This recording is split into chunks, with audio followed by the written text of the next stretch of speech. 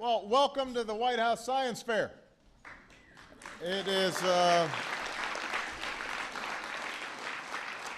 I just spent some time checking out some of the projects that were brought here today, and I've got to say, this is fun.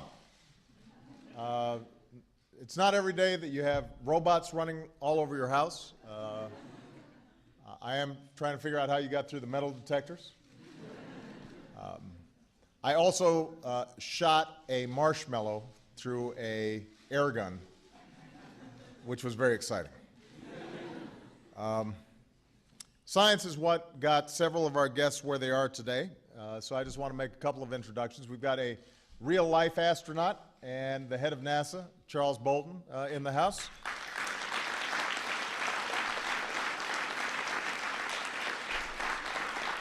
We have the administrator of the EPA, Lisa Jackson, is here.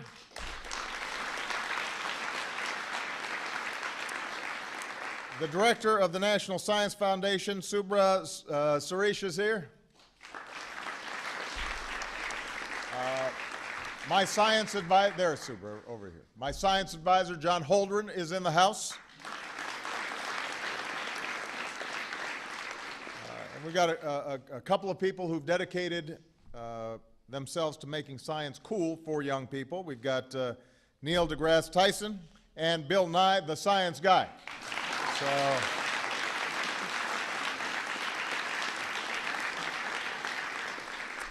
now, it is fitting that this year's fair is happening just 2 days after the Super Bowl. I want to congratulate the New York Giants and all their fans. I just talked to Coach Coughlin. I'm looking forward to having the Giants here at the White House so we can celebrate their achievements. But what I've also said, I've said this many times, is if we are recognizing athletic achievement, and we should also be recognizing academic achievement and science achievement.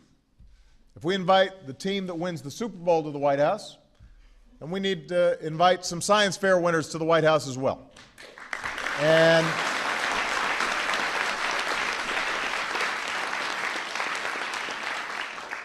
now I'm going to talk about how great all of you are in a second. But before I do, I want to give the parents a big round of applause because they work hard to help you succeed. And I know this is their day. They're really proud of you. As a parent, I know that seeing your kids do extraordinary things brings the greatest happiness that a parent can have. So, so congratulations to all the parents of all these incredible young people.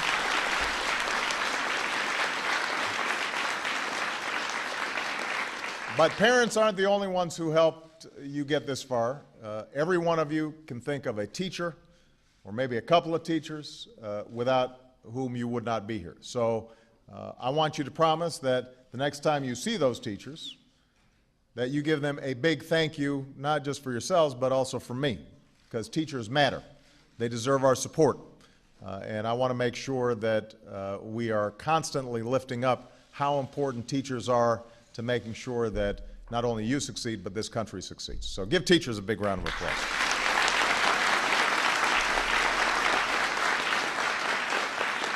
Now,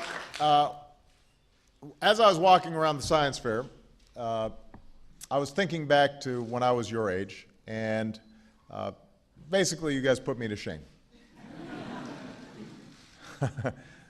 What impresses me so much is not just how smart you are, but it's the fact that you recognize you've got a responsibility to use your talents in service of something bigger than yourselves.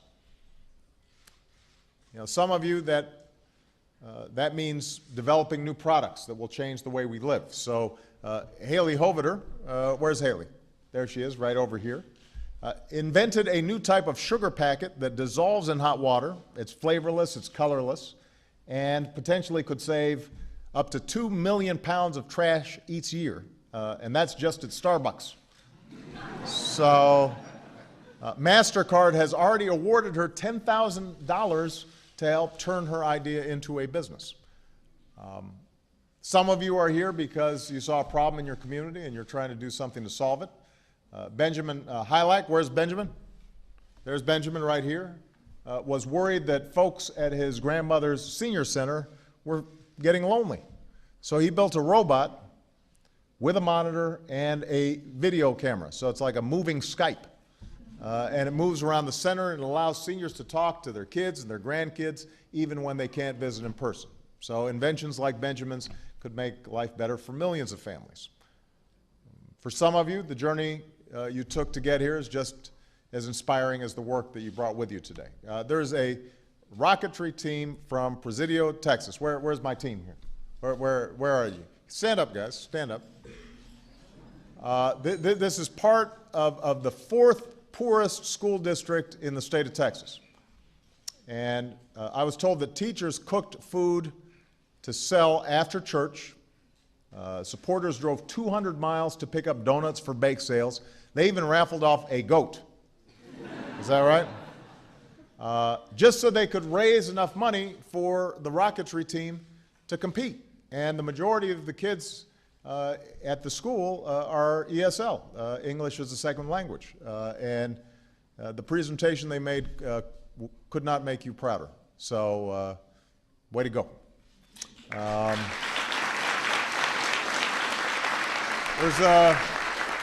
There's a group of young engineers from Paul Robeson Malcolm X Academy. And nobody needs to tell them the kinds of challenges that Detroit still faces. Where's my team from Detroit in the house? There they are. Stand up.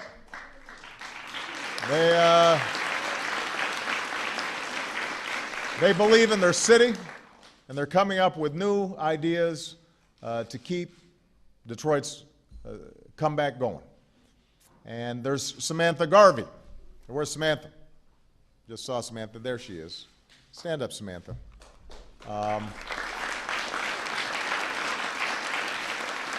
Samantha spent years studying mussel populations in the Long Island Sound.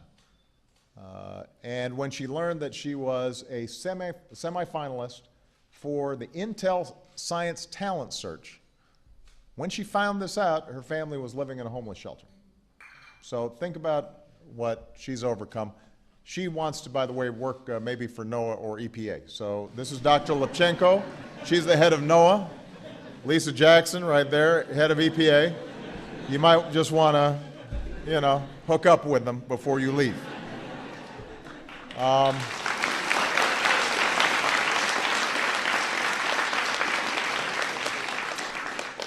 The young people I met today, the young people behind me, you guys inspire me.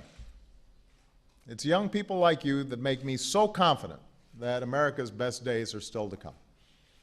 When you work and study and excel at what you're doing in math and science, when you compete in something like this, you're not just trying to win a prize today, you're getting America in shape to win the future. You're making sure we have the best, smartest, most skilled workers in the world so that the jobs and industries tomorrow take root right here. You're making sure we'll always be home to the most creative entrepreneurs, the most advanced science labs and universities.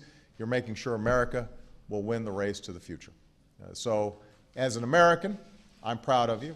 As your president, I think we need to make sure your success stories are happening all across the country. And that's why when I took office, I called for an all-hands-on-deck approach to science, math, technology, and engineering. Let's train more teachers. Let's get more kids studying these subjects. Let's make sure these fields get the respect and attention that they deserve. But it's not just a government effort. I'm happy to say that the private sector has answered that call as well. They understand how important it is to their future. So today, led by the Carnegie Corporation, a group of businesses and foundations is announcing a $22 million fund to help train 100,000 new science and math teachers. A coalition of more than 100 CEOs is expanding innovative math and science programs to 130 sites across the country. And other companies are partnering from everybody from Will.i.am to Dean Kamen to make sure we celebrate young scientists and inventors and engineers, not just at the White House, but in every city, in every town, all across America. And many of these leaders are here today. And I want to thank them for doing their part we're going to do everything we can to partner you to help you succeed in your projects. And I'm proud to announce that the budget I unveil next week will include programs to help prepare new math and science teachers and to meet an ambitious goal, which is 1 million more American graduates in science, technology, engineering, and math over the next 10 years. That is a goal we can achieve. That's a goal we can achieve.